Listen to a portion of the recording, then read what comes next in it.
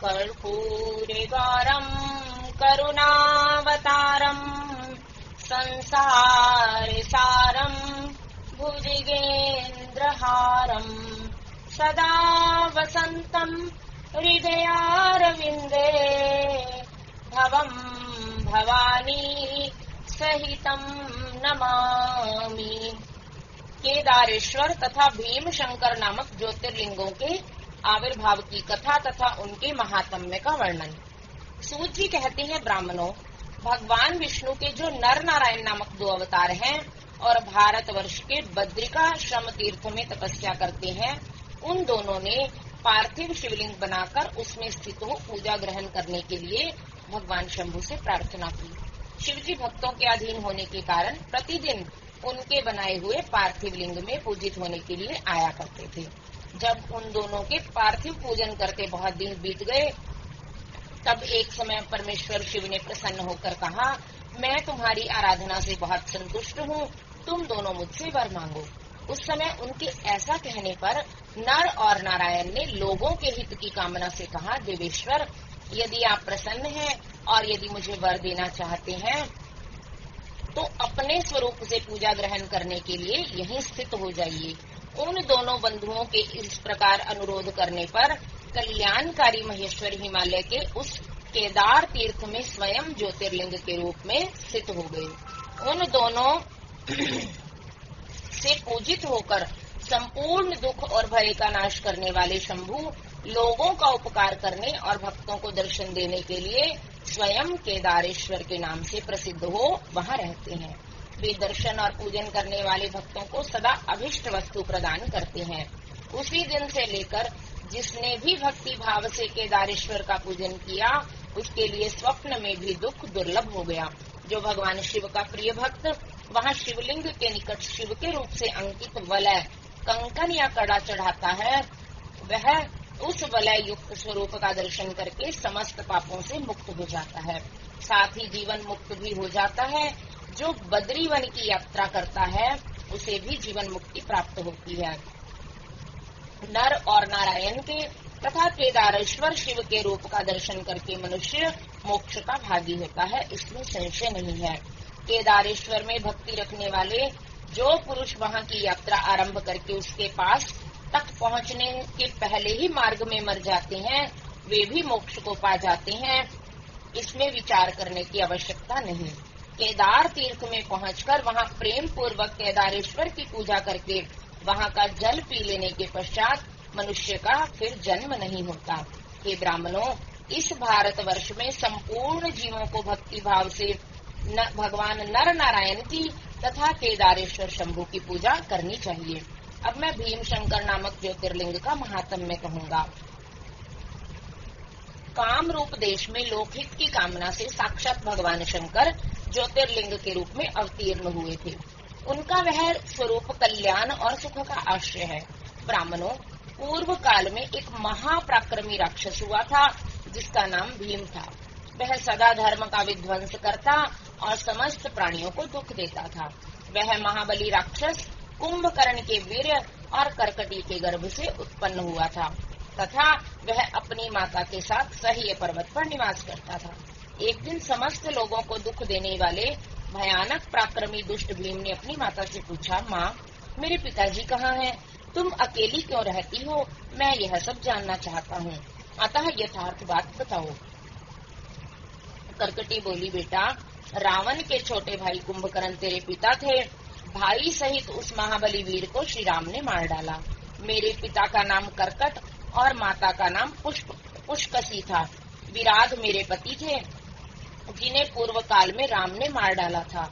अपने प्रिय स्वामी के मारे जाने पर मैं अपने माता पिता के पास रहती थी। एक दिन मेरे माता पिता अगस्त्य मुनि के शिष्य सुतीक्ष्ण को अपना आहार बनाने के लिए गए। वे बड़े तपस्वी और महात्मा थे। उन्होंने कुपित होकर मेरे माता पिता को भस्म कर डाला। वे दोनों मर गए। तब से मैं अकेली होकर बड़े दुख के साथ इस पर्वत पर रहने लगी। मेरा कोई अवलंब नहीं रह गया।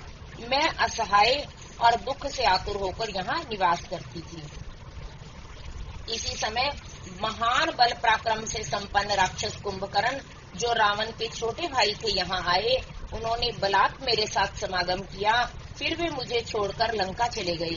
तत्पश्चात तुम्हारा जन्म हुआ, तुम भी पिता के समान ही महान, बलवान और पराक्रमी हो। अब मैं तुम्हारा ही सहारा लेकर यहाँ कालक्षेप करती हूँ। सूत जी कहते हैं, ब्राह्मणों, कर्कटी की यह बात सुनकर भयानक पराक्रमी भीम कुपित होकर यह विचार करने लगा कि मैं विष्णु के साथ कैसा बर्ताव करूं। इन्होंने मेरे पिता को मार डाला, मेरे नाना नानी भी उनके भक्त के हाथ से मारे गए, विराट को भी इन्होंने ही मार डाला और इस प्रकार मुझे बहुत दुख दिया। यदि मैं अपने पिता का पुत्र हूँ तो श्रीहरि को अवश्य पीड़ा दूंगा। ऐसा निश्चय करके भीम महान तप करने चला गया। उसने ब्रह्मा जी की प्रसन्नता के लिए 1000 वर्षों तक महान तप किया। तपस्या के साथ साथ वह मन ही मन इष्ट देव का ध्यान किया करता था। तब लोक पितामह ब्रह्मा उसे वर देने के लिए और इस प्रकार बोले। ब्रह्मा जी ने कहा, भीम, मैं तुम पर प्रसन्न हूँ, तुम्हारी जो इच्छा हो उसके अनुसार वर मांग लो। भीम बोला, देवेश्वर कमलासन, यदि आप प्रसन्न हैं और मुझे वर देना चाहते हैं तो आज मुझे ऐसा बल दीजिए जिसकी कहीं तुलना न हो। सूत जी कहते हैं, ऐसा कहकर उस राक्षस ने ब्रह्मा जी को नमस्कार किया और ब्रह्मा जी भी उसे अभिष्ट वर देकर अपने धाम को चले गए। ब्रह्मा जी से अत्यंत बल पाकर राक्षस अपने घर आया और माता को प्रणाम करके शीघ्रता पूर्वक बड़े गर्व के साथ बोला, माँ, अब तुम मेरा बल देखो, मैं इंद्र आदि देवताओं तथा इनकी सहायता करने वाले श्री हरि का महान संहार कर डालूंगा। ऐसा कहकर भयानक पराक्रमी भीम ने पहले इंद्र आदि सब देवताओं को जीता और उन सबको अपने अपने स्थान से बाहर निकाल दिया। तदनंतर देवताओं की प्रार्थना से उनका पक्ष लेने वाले श्री हरि को भी उसने युद्ध में हराया। फिर प्रसन्नता पूर्वक पृथ्वी को जीतना प्रारंभ किया। सबसे पहले वह काम रूप देश के राजा सुदक्षिण को जीतने के लिए गया।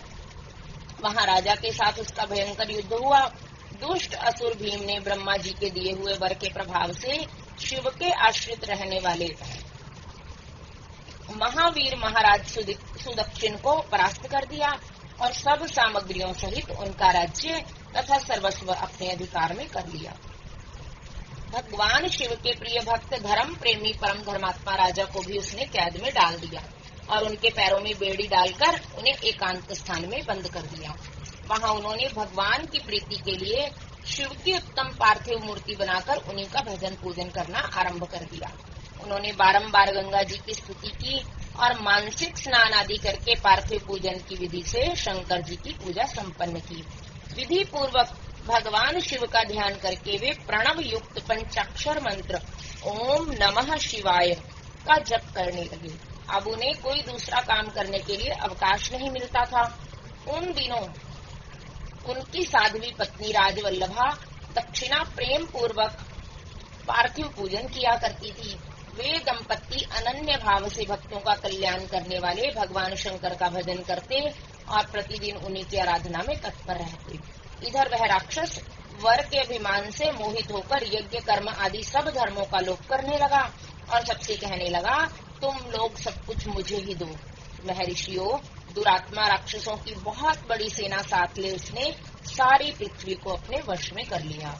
वह वेदों, शास्त्रों, स्मृतियों और पुराणों में बताए हुए धर्म का लोप करके शक्तिशाली होने के कारण सबका स्वयं ही उपभोग करने लगा। तब सब देवता तथा ऋषि अत्यंत पीड़ित हो महाकोशी के तट पर गए और शिव का आराधन तथा स्तवन करने लगे। उनके इस प्रकार स्तुति करने पर भगवान शिव अत्यंत प्रसन्न हो देवताओं से बोले, देवगण तथा महर्षियों, मैं प्रसन्न हूँ, वर मांगो। तुम्हारा कौन सा कार्य सिद्ध करूं?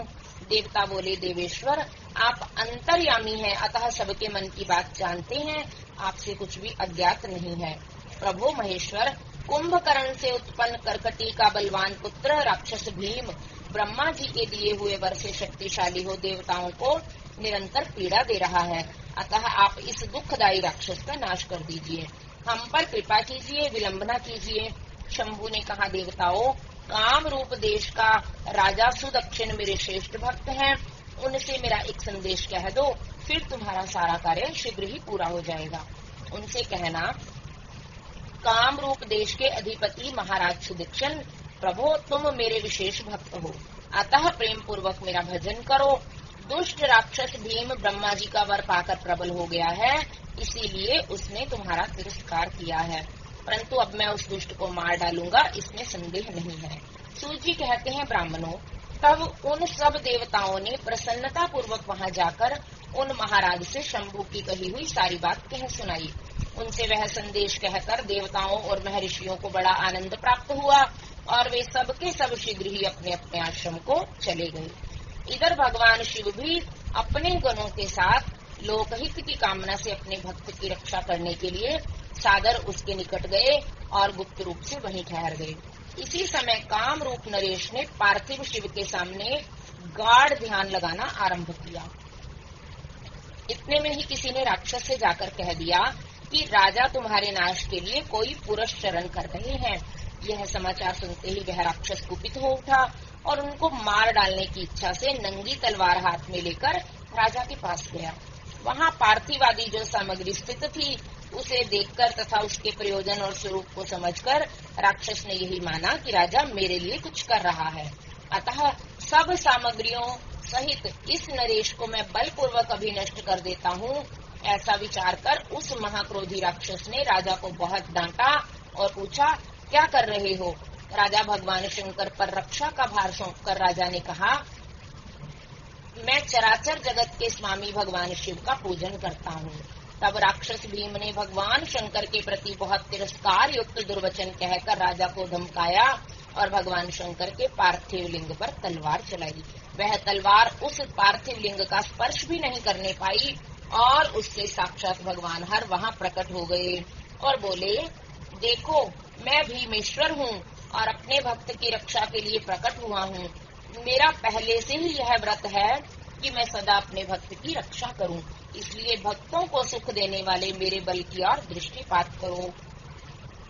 ऐसा कहकर भगवान शिव ने पिनाक से उसकी तलवार के 2 टुकड़े कर दिए। तब उस राक्षस ने फिर अपना त्रिशूल चलाया, परंतु शंभू ने उस दुष्ट के त्रिशूल के भी सैकड़ों टुकड़े कर डाले। तदनंतर शंकर जी के साथ उसका घोर युद्ध हुआ, जिससे सारा जगत क्षुब्ध हो गया। तब नारद जी ने आकर भगवान शंकर से प्रार्थना की। नारद बोले, लोगों को भ्रम में डालने वाले महेश्वर मेरे नाथ, आप क्षमा करें, क्षमा करें। तिनके को काटने के लिए कुल्हाड़ा चलाने की क्या आवश्यकता है? शीघ्र ही इसका संहार कर डालिए। नारद जी के इस प्रकार प्रार्थना करने पर भगवान शंभू ने हुंकार मात्र से उस समय समस्त राक्षसों को भस्म कर डाला।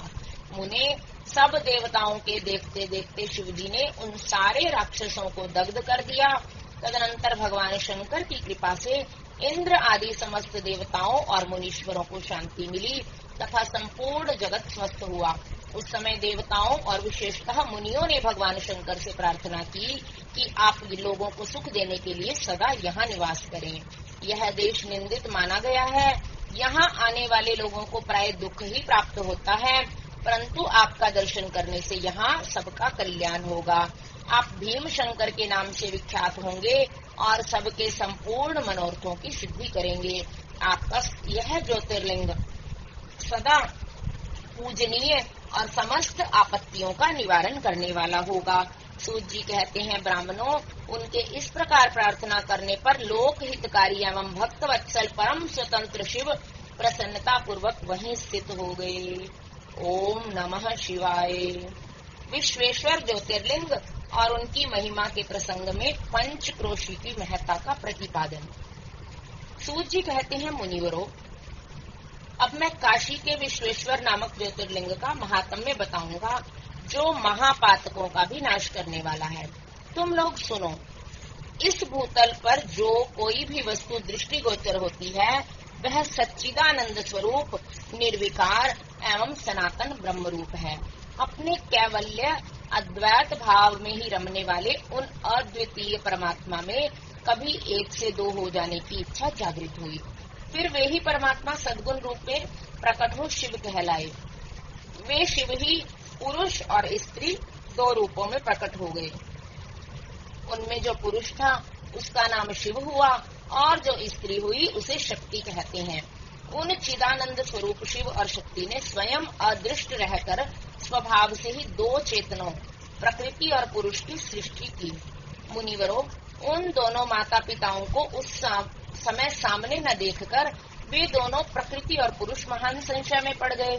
उस समय निर्गुण परमात्मा से आकाशवाणी प्रकट हुई, तुम दोनों को तपस्या करनी चाहिए, फिर तुमसे परम उत्तम सृष्टि का विस्तार होगा।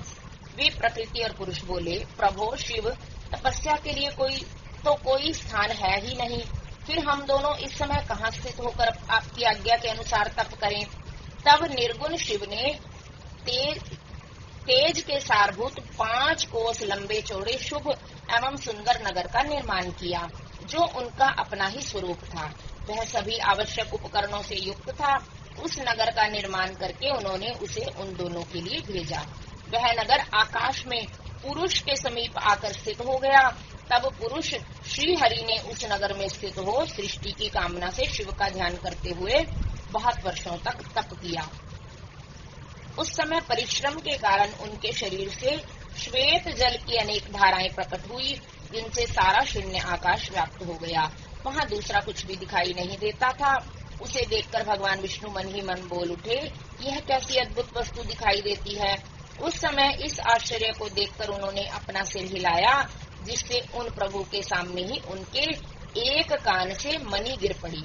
जहाँ वह मणि गिरी वह स्थान मणिकर्णिका नामक महान तीर्थ हो गया। जब पूर्वोक्त जल राशि में वह सारी पंचक्रोशी डूबने और बहने लगी, तब निर्गुण शिव ने शीघ्र ही उसे अपने त्रिशूल के द्वारा धारण कर लिया। फिर विष्णु अपनी पत्नी प्रकृति के साथ वहीं सोए। तब उनकी नाभि से एक कमल प्रकट हुआ और उस कमल से ब्रह्मा उत्पन्न हुए। उनकी उत्पत्ति में भी शंकर का आदेश ही कारण था। तदनंतर उन्होंने शिव की आज्ञा पाकर अद्भुत सृष्टि आरंभ की। ब्रह्मा जी ने ब्रह्मांड में 14 भुवन बनाए। ब्रह्मांड का विस्तार महर्षियों ने 50 करोड़ योजन का बताया है। फिर भगवान शिव ने सोचा कि ब्रह्मांड के भीतर कर्म पाश से बंधे हुए प्राणी मुझे कैसे प्राप्त कर सकेंगे। यह सोचकर उन्होंने मुक्तिदायिनी पंचक्रोशी को इस जगत में छोड़ दिया।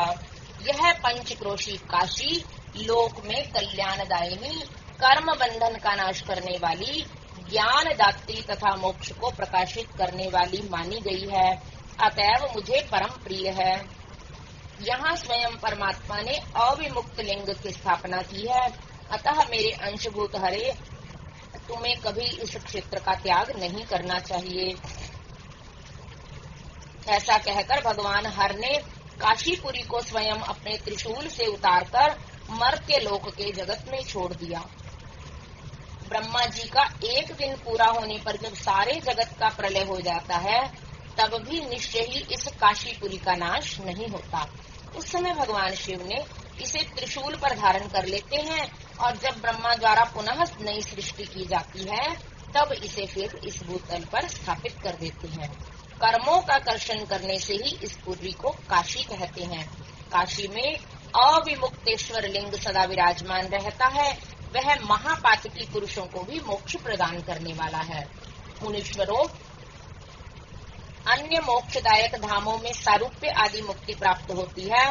केवल काशी में ही जीवों को सायुज्य नामक सर्वोत्तम मुक्ति सुलभ होती है। जिनकी कहीं भी गति नहीं होती, उनके लिए वाराणसी पुरी ही गति है। महापुण्यमयी पंचक्रोशी करोड़ों हत्याओं का विनाश करने वाली है। यहाँ समस्त अमरगण भी मरण की इच्छा करते हैं, फिर दूसरों की तो बात ही क्या है। यह शंकर की प्रिय नगरी काशी सदा भोग और मोक्ष को प्रदान करने वाली है। कैलाश के पति जो भीतर से सत्वगुणी और बाहर से तमोगुणी कहे गए हैं, कालाग्नि रुद्र के नाम से विख्यात हैं। वे निर्गुण होते हुए भी सघन रूप में प्रकट हुए शिव हैं। उन्होंने बारंबार प्रणाम करके निर्गुण शिव से इस प्रकार कहा। रुद्र बोले, विश्वनाथ महेश्वर, मैं आपका ही हूँ, इसमें संशय नहीं है। सांब महादेव, मुझ आत्मज पर कृपा कीजिए। जगतपति, लोक हित की कामना से आपको सदा यहीं रहना चाहिए। जगन्नाथ, मैं आपसे प्रार्थना करता हूँ, आप यहाँ रहकर जीवों का उद्धार करें। सूत जी कहते हैं, तदनंतर मन और इंद्रियों को वश में रखने वाले अविमुक्त ने भी शंकर से बार बार प्रार्थना करके नेत्रों से आंसू बहाते हुए प्रसन्नता पूर्वक उनसे कहा। अविमुक्त बोले, काल रूपी रोग के सुंदर औषध देवादिदेव महादेव, आप वास्तव में तीनों लोकों के स्वामी तथा ब्रह्मा और विष्णु आदि के द्वारा भी सेवनीय है। हे देव, काशीपुरी को आप अपनी राजधानी स्वीकार करें। मैं अचिंत्य सुख की प्राप्ति के लिए सदा आपका यहाँ ध्यान लगाए स्थिर भाव से बैठा रहूंगा। आप ही मुक्ति देने वाले तथा संपूर्ण कामनाओं के पूरक हैं, दूसरा कोई नहीं। अतः परोपकार के लिए उमा सहित सदा यहाँ विराजमान रहें। सदाशिव, आप समस्त जीवों को संसार सागर से पार करें। हर मैं बारंबार प्रार्थना करता हूँ कि आप अपने भक्तों का कार्य सिद्ध करें। सूत जी कहते हैं, ब्राह्मणों, जब विश्वनाथ ने भगवान शंकर से इस प्रकार प्रार्थना की, तब सर्वेश्वर शिव समस्त लोगों का उपकार करने के लिए वहाँ विराजमान हो गए। जिस दिन से भगवान शिव काशी में आ गए, उसी दिन से काशी सर्वश्रेष्ठ पुरी हो गई। ओम नमः शिवाय। वाराणसी तथा विश्वेश्वर का महात्म्य। सूत जी कहते हैं, मुनीश्वरों, मैं संक्षेप से ही वाराणसी और विश्वेश्वर के परम सुंदर महात्म्य का वर्णन करता हूँ, सुनो। एक समय की बात है कि पार्वती देवी ने लोकहित की कामना से बड़ी प्रसन्नता के साथ भगवान शिव से अविमुक्त क्षेत्र और अविमुक्त लिंग का महात्म्य पूछा। तब परमेश्वर शिव ने कहा, यह वाराणसी पुरी सदा के लिए मेरा गुह्यतम क्षेत्र है और सभी जीवों की मुक्ति का सर्वथा हेतु है। इस क्षेत्र में सिद्धगण सदा मेरे व्रत का आश्रय ले नाना प्रकार के वेश धारण किए मेरे लोक को पाने की इच्छा रखकर जितात्मा और जितेंद्रिय हो नित्य महायोग का अभ्यास करते हैं। उस उत्तम महायोग का नाम है पाशुपत योग। उसका श्रुतियों द्वारा प्रतिपादन हुआ है। वह भोग और मोक्ष रूप फल प्रदान करने वाला है। महेश्वरी, वाराणसीपुरी में निवास करना मुझे सदा ही अच्छा लगता है। जिस कारण से मैं सब कुछ छोड़कर काशी में रहता हूँ उसे बताता हूँ, सुनो। जो मेरा भक्त तथा मेरे तत्व का ज्ञानी है, वे दोनों अवश्य ही मोक्ष के भागी होते हैं। उनके लिए तीर्थ की अपेक्षा नहीं है। विहित और अविहित दोनों प्रकार के कर्म उनके लिए समान हैं। उन्हें जीवन मुक्त ही समझना चाहिए। वे दोनों कहीं भी मरे तुरंत ही मोक्ष को प्राप्त कर लेते हैं। यह मैंने निश्चित बात कही है। सर्वोत्तम शक्ति देवी उमे, इस परम उत्तम अविमुक्त तीर्थ में जो विशेष बात है उसे तुम मन लगाकर सुनो। सभी वर्ण और समस्त आश्रमों के लोग, चाहे वे बालक, जवान या बूढ़े कोई भी क्यों ना हो, यदि इस पुरी में मर जाएं तो मुक्त ही हो जाते हैं, इसमें संशय नहीं है। स्त्री अपवित्र हो या पवित्र, कुमारी हो या विवाहिता, विधवा हो या वंध्या, रजस्वला, प्रसूता, संस्कारहीना अथवा जैसी तैसी कैसी ही क्यों न हो, यदि इस क्षेत्र में मरी हो तो अवश्य ही मोक्ष की भागिनी होती है, इसमें संदेह नहीं है। स्वेदज, अंडज, उद्भिज और जरायुज प्राणी जैसे यहाँ मरने पर मोक्ष पाता है, वैसा और कहीं नहीं पाता। देवी, यहाँ मरने के लिए न ज्ञान की अपेक्षा है, न भक्ति की, न कर्म की आवश्यकता है, न दान की, न कभी संस्कृति की अपेक्षा है और न धर्म की ही। यहाँ नाम कीर्तन, पूजन तथा उत्तम जाति की भी अपेक्षा नहीं होती। जो मनुष्य मेरे इस मोक्षदायक क्षेत्र में निवास करता है, वह चाहे जैसे मरे, उसके लिए मोक्ष की प्राप्ति सुनिश्चित है। प्रिय, मेरा वह दिव्यपुर गुह्य से भी गुह्यतर है। ब्रह्मा आदि देवता भी इसके महात्म्य को नहीं जानते, इसलिए यह महान क्षेत्र अविमुक्त नाम से प्रसिद्ध है, क्योंकि नैमिष आदि सभी तीर्थों से यह श्रेष्ठ है। यह मरने पर अवश्य मोक्ष देने वाला है। धर्म का सार सत्य है, मोक्ष का सार समता है तथा समस्त क्षेत्रों एवं तीर्थों का सार यह अविमुक्त तीर्थ काशी है, ऐसी विद्वानों की मान्यता है। इच्छा अनुसार भोजन, शयन, क्रीड़ा तथा विविध कर्मों का अनुष्ठान करता हुआ भी मनुष्य यदि इस अविमुक्त तीर्थ में प्राणों का परित्याग कर देता है तो उसे मोक्ष मिल जाता है। जिसका चित्त विषयों में आसक्त हो और जिसने धर्म की रुचि त्याग दी, वह भी यदि इस क्षेत्र में मृत्यु को प्राप्त होता हो तो पुनः संसार बंधन में नहीं पड़ता। फिर जो ममता से रहित, धीर, सत्वगुणी, दम्भहीन, कर्म कुशल और कर्तापन के अभिमान से रहित होने के कारण किसी भी कर्म का आरंभ न करने वाले हैं, उनकी तो बात ही क्या है। वे सब मुझ में ही स्थित हैं। इस काशीपुरी में शिव भक्तों द्वारा अनेक शिवलिंग स्थापित किए गए हैं। पार्वती, वे संपूर्ण अभिष्टों को देने वाले और मोक्षदायक हैं। चारों दिशाओं में 5-5 कोस फैला हुआ यह क्षेत्र अविमुक्त कहा गया है। यह सब ओर से मोक्षदायक है। जीव को मृत्यु काल में यह क्षेत्र उपलब्ध हो जाए तो उसे अवश्य मोक्ष की प्राप्ति होती है। यदि निष्पाप मनुष्य काशी में मरे तो उसका तत्काल मोक्ष हो जाता है, और जो पापी मनुष्य मरता है वह काय व्यूहों को प्राप्त होता है। उसे पहले यातना का अनुभव करके ही पीछे मोक्ष की प्राप्ति होती है। सुंदरी, जो इस अविमुक्त में क्षेत्र में पातक करता है वह हजारों वर्षों तक भैरवी यातना पाकर पाप का फल भोगने के पश्चात ही मोक्ष पाता है। शत कोटि कल्पों में भी अपने किए हुए कर्म का क्षय नहीं होता। जीव को अपने द्वारा किए हुए शुभाशुभ कर्म का फल अवश्य ही भोगना पड़ता है। केवल अशुभ कर्म नरक देने वाला होता है, केवल शुभ कर्म स्वर्ग की प्राप्ति कराने वाला होता है, और शुभ और अशुभ दोनों कर्मों से मनुष्य योनि की प्राप्ति बताई गई है। अशुभ कर्म की कमी और शुभ कर्म की अधिकता होने पर उत्तम जन्म प्राप्त होता है। शुभ कर्म की कमी और अशुभ कर्म की अधिकता होने पर यहाँ अधम जन्म की प्राप्ति होती है। पार्वती, जब शुभ और अशुभ दोनों ही कर्मों का क्षय हो जाता है तभी जीव को सच्चा मोक्ष प्राप्त होता है। यदि किसी ने पूर्व जन्म में आदर पूर्वक काशी का दर्शन किया है तभी उसे इस जन्म में काशी में पहुंचकर मृत्यु की प्राप्ति होती है। जो मनुष्य काशी जाकर गंगा में स्नान करता है उसके क्रियमान और संचित कर्म का नाश हो जाता है, परंतु प्रारब्ध कर्म भोगे बिना नष्ट नहीं होता, यह निश्चित बात है। जिसकी काशी में मुक्ति हो जाती है उसके प्रारब्ध कर्म का भी क्षय हो जाता है। प्रिय, जिसने एक ब्राह्मण को भी काशीवास करवाया वह स्वयं भी काशीवास का अवसर पाकर मोक्ष लाभ करता है। सूत जी कहते हैं, मुनिवरों, इस तरह काशी का तथा विश्वेश्वर लिंग का प्रचुर महात्म्य बताया गया है जो सत्पुरुषों को भोग और मोक्ष प्रदान करने वाला है। इसके बाद मैं त्र्यंबक नामक ज्योतिर्लिंग का महात्म्य बताऊंगा, जिसे सुनकर मनुष्य क्षण भर में समस्त पापों से मुक्त हो जाता है। ओम नमः शिवाय। त्र्यंबक ज्योतिर्लिंग के प्रसंग में महर्षि गौतम के द्वारा किए गए परोपकार की कथा, उनका तप के प्रभाव से अक्षय जल प्राप्त करके ऋषियों की अनावृष्टि के कष्ट से रक्षा, ऋषियों का छल पूर्वक उन्हें गोहत्या में फंसाकर आश्रम से निकालना और शुद्धि का उपाय बताना।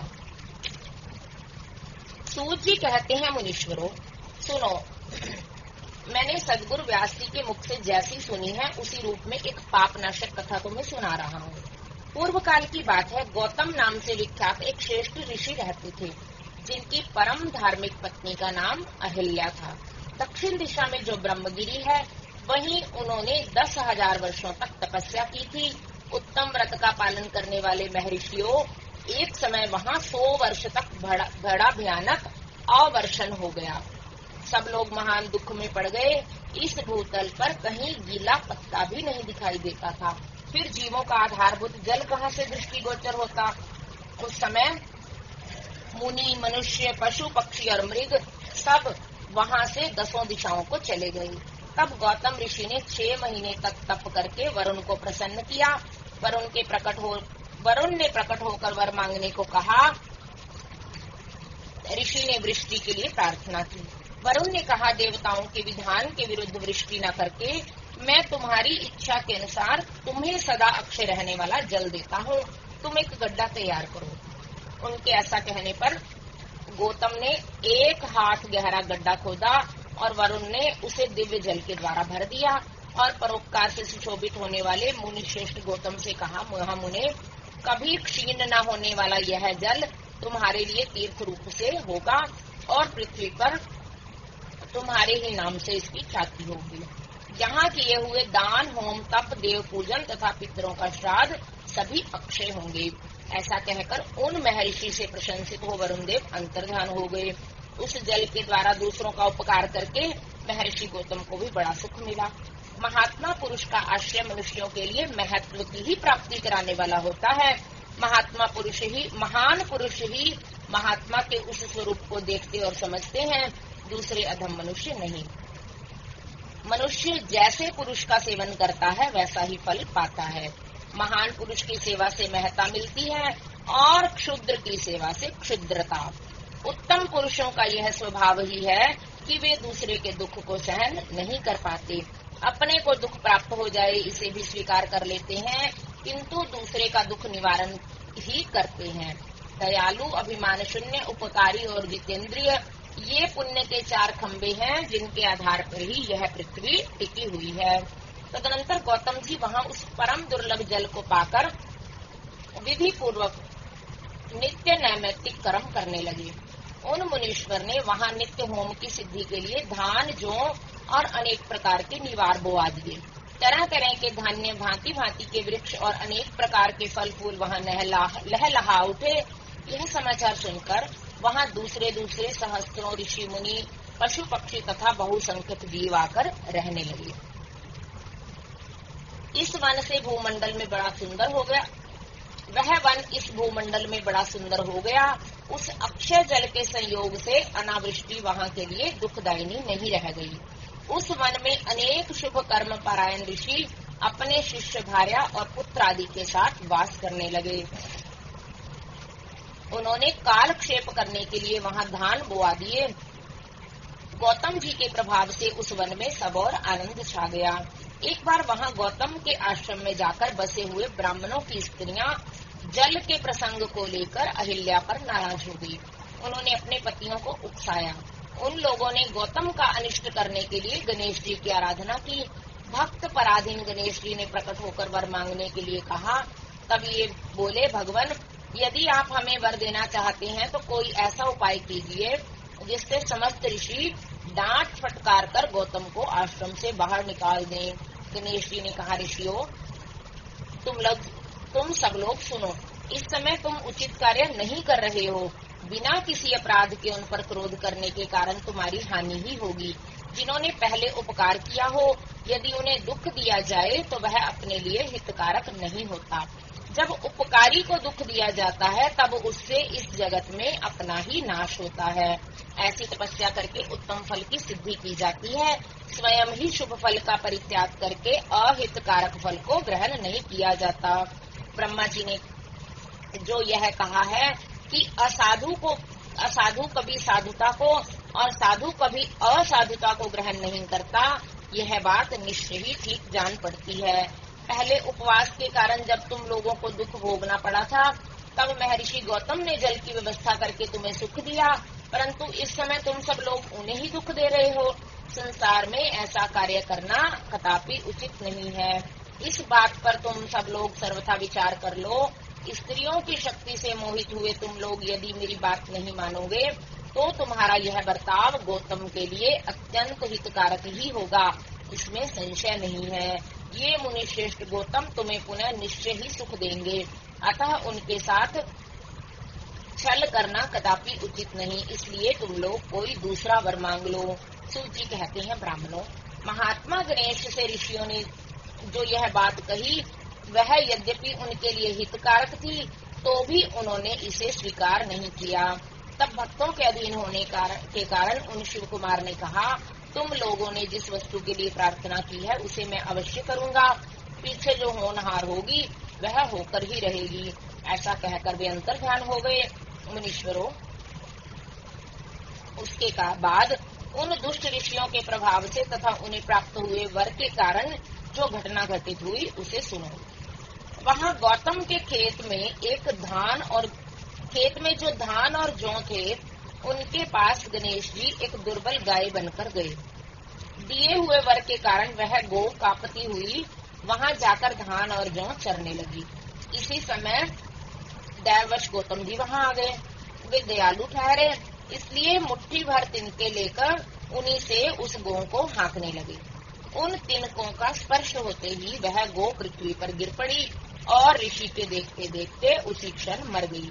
वे दूसरे द्वेषी ब्राह्मण और उनकी दुष्ट स्त्रियां वहां छुपे हुए सब कुछ देख रहे थे।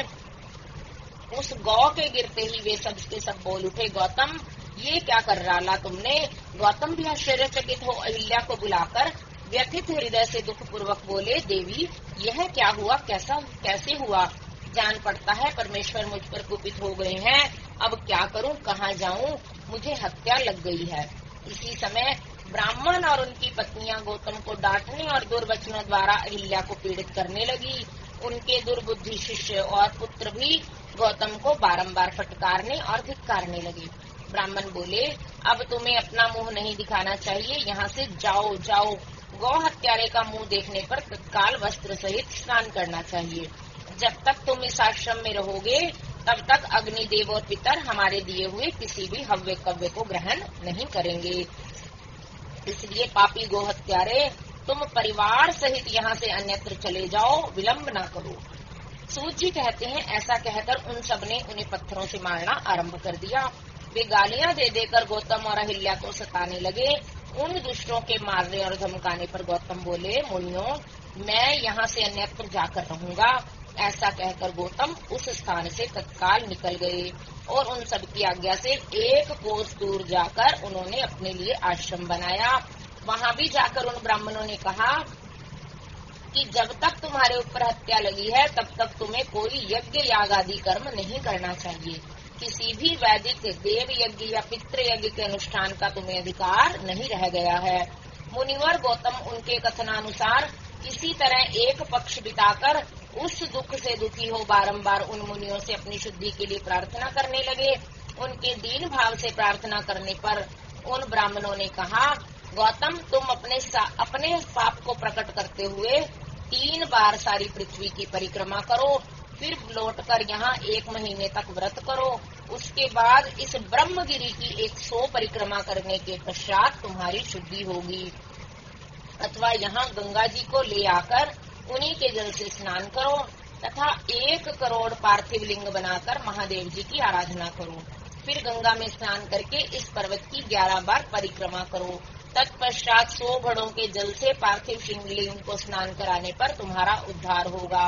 उन ऋषियों के इस प्रकार कहने पर गौतम ने बहुत अच्छा कहकर उनकी बात मान ली। वे बोले, मुनिवरों, मैं आप श्रीमानों की आज्ञा से यहाँ पार्थिव पूजन तथा ब्रह्मगिरि की परिक्रमा करूंगा। ऐसा कहकर मुनि श्रेष्ठ गौतम उस पर्वत की परिक्रमा करने के पश्चात पार्थिव लिंगों का निर्माण करके उनका पूजन करने लगे। साध्वी अहिल्या ने भी साथ रहकर वह सब कुछ किया। उस समय शिष्य प्रशिष्य उन दोनों की सेवा करते थे। ओम नमः शिवाय।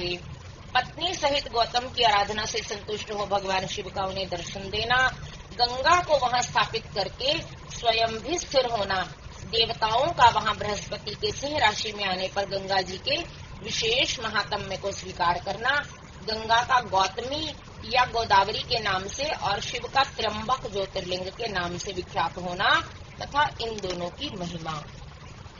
सूत जी कहते हैं, पत्नी सहित गौतम ऋषि के इस प्रकार आराधना करने पर संतुष्ट हुए भगवान शिव वहां शिवा और प्रमथ गणों के साथ प्रकट हो गए। तदनंतर प्रसन्न हुए कृपा निधान शंकर ने कहा, महामुने, मैं तुम्हारी उत्तम भक्ति से बहुत प्रसन्न हूँ, तुम कोई वर मांगो। उस समय महात्मा शंभु के सुंदर रूप को देखकर आनंदित हुए गौतम ने भक्ति भाव से शंकर को प्रणाम करके उनकी स्तुति की। लंबी स्तुति और प्रणाम करके दोनों हाथ जोड़कर वे उनके सामने खड़े हो गए और बोले, देव, मुझे निष्पाप कर दीजिए। भगवान शिव ने कहा, मुने, तुम धन्य हो, कृतकृत्य हो और सदा ही निष्पाप हो।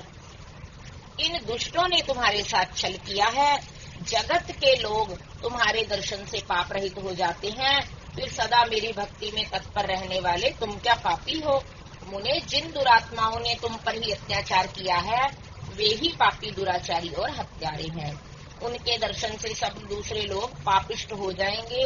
वे सब के सब कृतघ्न हैं, उनका कभी उद्धार नहीं हो सकता। महादेव जी की यह बात सुनकर महर्षि गौतम मन बड़े विस्मित हुए। उन्होंने भक्ति पूर्वक शिव को प्रणाम करके पुनः हाथ जोड़कर इस प्रकार कहा। गौतम बोले, महेश्वर, उन ऋषियों ने तो मेरा बहुत बड़ा उपकार किया है। यदि उन्होंने यह बर्ताव न किया होता तो मुझे आपका दर्शन कैसे होता। धन्य है वे महर्षि जिन्होंने मेरे लिए परम कल्याणकारी कार्य किया है। उनके इस दुराचार से ही मेरा महान स्वार्थ सिद्ध हुआ है। गौतम जी की यह बात सुनकर महेश्वर बड़े प्रसन्न हुए। उन्होंने गौतम को कृपा दृष्टि से देखकर शीघ्र ही यो उत्तर दिया। शिव जी बोले, विप्रवर, तुम धन्य हो, सभी ऋषियों में श्रेष्ठतर हो। मैं तुम पर बहुत प्रसन्न हुआ हूँ, ऐसा जानकर तुम मुझसे उत्तम वर मांगो। गौतम बोले, नाथ आप सच कहते हैं, तथापि 5 आदमियों ने जो कह दिया या कर दिया वह अन्यथा नहीं हो सकता, अतः जो हो गया सो रहे। देवेश, यदि आप प्रसन्न हैं तो मुझे गंगा प्रदान कीजिए और ऐसा करके लोक का महान उपकार कीजिए। आपको मेरा नमस्कार है, नमस्कार है। यूं कहकर गौतम ने देवेश्वर भगवान शिव के दोनों चरणारविंद पकड़ लिए और लोक हित की कामना से उन्हें नमस्कार किया। जब शंकर देव ने पृथ्वी और स्वर्ग के सारभूत जल को निकालकर, जिसे उन्होंने पहले ही रख छोड़ा था, और विवाह में ब्रह्मा जी के दिए हुए जल में से जो कुछ शेष रह गया था, वह सब भक्त वत्सल शंभु ने उन गौतम मुनि को दे दिया। उस समय गंगा जी का जल परम सुंदर स्त्री का रूप धारण करके वहां खड़ा हुआ। तब मुनिवर गौतम ने उन गंगा जी की स्तुति करके उन्हें नमस्कार किया। गौतम बोले, गंगे तुम धन्य हो, कृतकृत्य हो, तुमने संपूर्ण भुवन को पवित्र किया है, इसलिए निश्चित रूप से नरक में गिरते हुए मुझ गौतम को पवित्र करो। तदनंतर शिवजी ने गंगा से कहा, देवी तुम मुनि को पवित्र करो और तुरंत वापस न जाकर वैवस्व मनु के 28वें कलयुग तक यहीं रहो। गंगा ने कहा, महेश्वर यदि मेरा महात्म्य सब नदियों से अधिक हो और अंबिका तथा गणों के साथ आप भी यहाँ रहें, तभी मैं इस धरातल पर रहूंगी। गंगा जी की यह बात सुनकर भगवान शिव बोले, गंगे तुम धन्य हो, मेरी बात सुनो, मैं तुमसे अलग नहीं, तथापि मैं तुम्हारे कथनानुसार यहाँ स्थित रहूंगा, तुम भी स्थित हो। अपने स्वामी परमेश्वर शिव की यह बात सुनकर गंगा ने मन ही मन प्रसन्न हो उनकी भूरी भूरी प्रशंसा की। इसी समय देवता, प्राचीन ऋषि, अनेक उत्तम तीर्थ तथा नाना प्रकार के क्षेत्र वहां आ पहुँचे। उन सब ने बड़े आदर से जय जयकार करते हुए गौतम, गंगा तथा गिरिशाई शिव का पूजन किया। तदनंतर उन सब देवताओं ने मस्तक झुका, हाथ जोड़कर उन सब की प्रसन्नता पूर्वक स्तुति की। उस समय प्रसन्न हुई गंगा और गिरीश ने उनसे कहा, श्रेष्ठ देवताओं वर मांगो, तुम्हारा प्रिय करने की इच्छा से वह वर हम तुम्हें देंगे। देवता बोले, देवेश्वर यदि आप संतुष्ट हैं और सरिताओं में श्रेष्ठ गंगे यदि आप भी प्रसन्न हैं, तो हमारा तथा मनुष्यों का प्रिय करने के लिए आप लोग कृपा पूर्वक यहाँ निवास करें। गंगा बोली, देवताओं फिर तो आपका प्रिय करने के लिए आप लोग स्वयं ही यहाँ क्यों नहीं रहते। मैं तो गौतम जी के पाप का प्रक्षालन करके जैसी आई हूँ उसी तरह लौट जाऊंगी। आपके समाज में यहाँ मेरी कोई विशेषता समझी जाती है, इस बात का कैसे पता लगे। यदि आप यहाँ मेरी विशेषता सिद्ध कर सके तो मैं अवश्य यहाँ रहूंगी, इसमें संशय नहीं है। तब सब देवताओं ने कहा, सरिताओं में श्रेष्ठ गंगे, सबके परम सुहृद बृहस्पति जी जब सिंह राशि पर होंगे तब हम सब लोग यहाँ आया करेंगे, इसमें संशय नहीं है। 11 वर्षों तक लोगों का जो पातक यहाँ प्रक्षालित होगा, उससे मलिन हो जाने पर हम उसी पाप राशि को धोने के लिए आदर पूर्वक तुम्हारे पास आएंगे। हमने यह सर्वथा सच्ची बात कही है। सरिद्वरे महादेवी, अतः तुमको और भगवान शंकर को समस्त लोकों पर अनुग्रह तथा हमारा प्रिय करने के लिए यहाँ नित्य निवास करना चाहिए। गुरु जब तक सिंह राशि पर रहेंगे तभी तक हम यहाँ निवास करेंगे। उस समय तुम्हारे जल में त्रिकाल स्नान और भगवान शंकर का दर्शन करके हम शुद्ध होंगे, फिर तुम्हारी आज्ञा लेकर अपने स्थान को लौटेंगे। सूत जी कहते हैं, इस प्रकार उन देवताओं तथा महर्षि गौतम के प्रार्थना करने पर भगवान शंकर और सरिताओं में श्रेष्ठ गंगा दोनों वहां स्थित हो गए। वहां की गंगा गौतमी गोदावरी नाम से विख्यात हुई और भगवान शिव का ज्योतिर्मय लिंग त्र्यंबक कहलाया। वह ज्योतिर्लिंग महान पातकों का नाश करने वाला है। उसी दिन से लेकर जब जब बृहस्पति सिंह राशि में स्थित होते हैं, तब तब सब तीर्थ क्षेत्र, देवता, पुष्कर आदि सरोवर, गंगा आदि नदियां तथा श्री विष्णु आदि देवगण अवश्य ही गौतमी के तट पर पधारते हैं और वास करते हैं। वे सब जब तक गौतमी के किनारे पर रहते हैं तब तक अपने स्थान पर उनका कोई फल नहीं होता।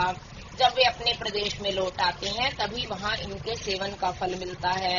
यह त्र्यंबक नाम से प्रसिद्ध ज्योतिर्लिंग गौतमी के तट पर स्थित है और बड़े बड़े पातकों का नाश करने वाला है। जो भक्ति भाव से त्र्यंबक लिंग का दर्शन, पूजन और स्तमन एवं वंदन करता है वह समस्त पापों से मुक्त हो जाता है और गौतम के द्वारा पूजित त्र्यंबक नामक ज्योतिर्लिंग इस लोक में समस्त अभीष्टों को देने वाला है। हे मुनीश्वरों, इस प्रकार तुमने जो कुछ पूछा है वह सब मैंने तुम्हें कह सुनाया। अब और क्या सुनना चाहते हो, मैं उसे भी तुम्हें बताऊंगा, इसमें संशय नहीं है। ओम नमः शिवाय। वैद्यनाथेश्वर ज्योतिर्लिंग के प्राकट्य की कथा तथा महिमा। सूत जी कहते हैं, अब मैं वैद्यनाथेश्वर ज्योतिर्लिंग का पापहारी महात्म्य बताऊंगा, सुनो।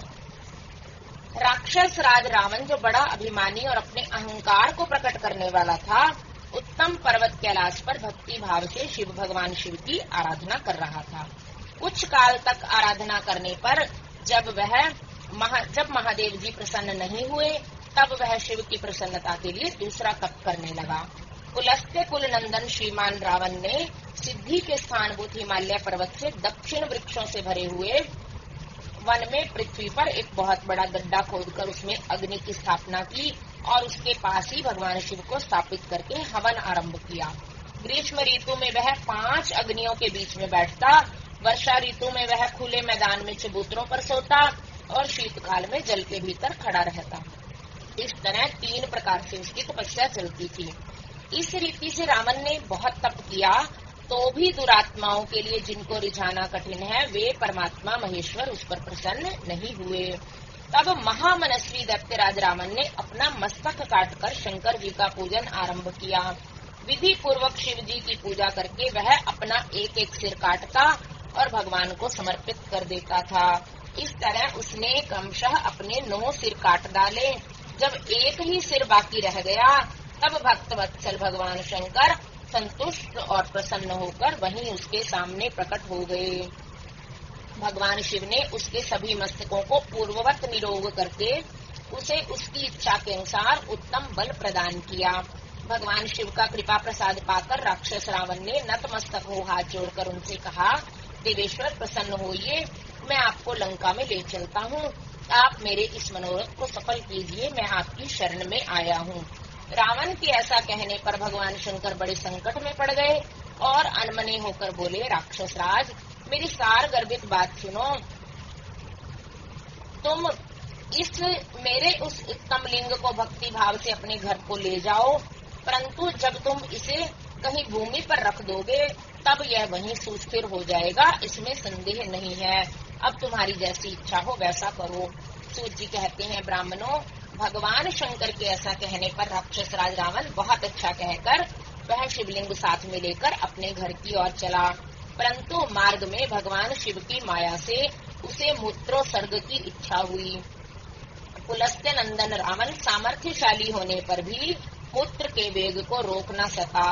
इसी समय वह आसपास के एक ग्वाले को देखकर उसने प्रार्थना पूर्वक वह शिवलिंग उसके हाथ में थमा दिया और स्वयं मूत्र त्याग के लिए बैठ गया। एक मुहूर्त बीतते बीतते वह ग्वाला उस शिवलिंग के भार से अत्यंत पीड़ित हो व्याकुल हो गया। तब उसने उसे पृथ्वी पर रख दिया। फिर तो वह हीरकमय शिवलिंग वहीं स्थित हो गया। वह दर्शन करने मात्र से संपूर्ण अभिष्टों को देने वाला और पाप राशि को हर लेने वाला है। उन्हें वही शिवलिंग तीनों लोकों में वैद्यनाथेश्वर के नाम से प्रसिद्ध हुआ, जो सत्पुरुषों को भोग और मोक्ष देने वाला है।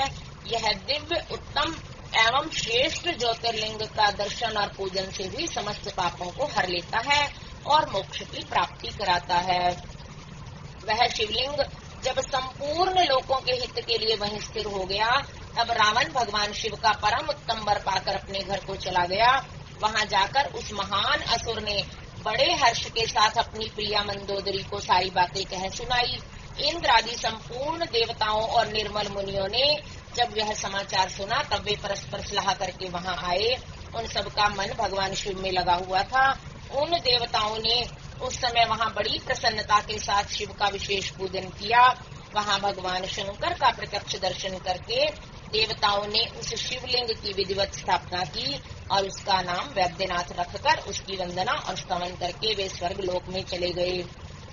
ऋषियों ने पूछा, सूत जी, जब वह शिवलिंग वहीं स्थित हो गया तथा रावण अपने घर को चला गया, तब वहाँ कौन सी घटना घटित हुई, आप हमें बताइए। सूत जी ने कहा, ब्राह्मणों, भगवान शिव का परम उत्तम वर पाकर महान असुर रावण अपने घर को चला गया। वहाँ उसने अपनी प्रिया से सब बातें कही और वह अत्यंत आनंद का अनुभव करने लगा।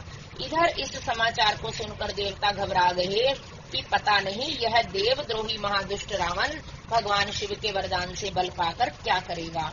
उन्होंने नारद जी को भेजा और नारद जी ने रावण से कहा, तुम कैलाश पर्वत को उठाओ, तब पता लगेगा कि शिव जी का दिया हुआ वरदान कहाँ तक सफल हुआ। रावण को यह बात जच गई। उसने जाकर कैलाश को उखाड़ लिया। इससे सारा कैलाश हिल उठा। तब गिरिजा के कहने से महादेव जी ने रावण को घमंडी समझकर इस प्रकार शाप दिया। महादेव जी बोले, रे दुष्ट भक्त दुर्बुद्धि रावण, तू अपने बल पर इतना घमंड ना कर। तेरी इन भुजाओं का घमंड चूर करने वाला वीर पुरुष शीघ्र ही इस जगत में अवतीर्ण होगा। सूत जी कहते हैं, इस प्रकार वहाँ जो घटना हुई उसे नारद जी ने सुना। रावण भी प्रसन्नचित्त हो जैसे आया था उसी तरह अपने घर को लौट गया। इसी प्रकार मैंने वैद्यनाथेश्वर का महात्म्य बताया है। इसे सुनने वाले मनुष्यों का पाप भस्म हो जाता है। ओम नमः शिवाय। बोलो श्री शंकर भगवान की जय। उमापति महादेव की जय।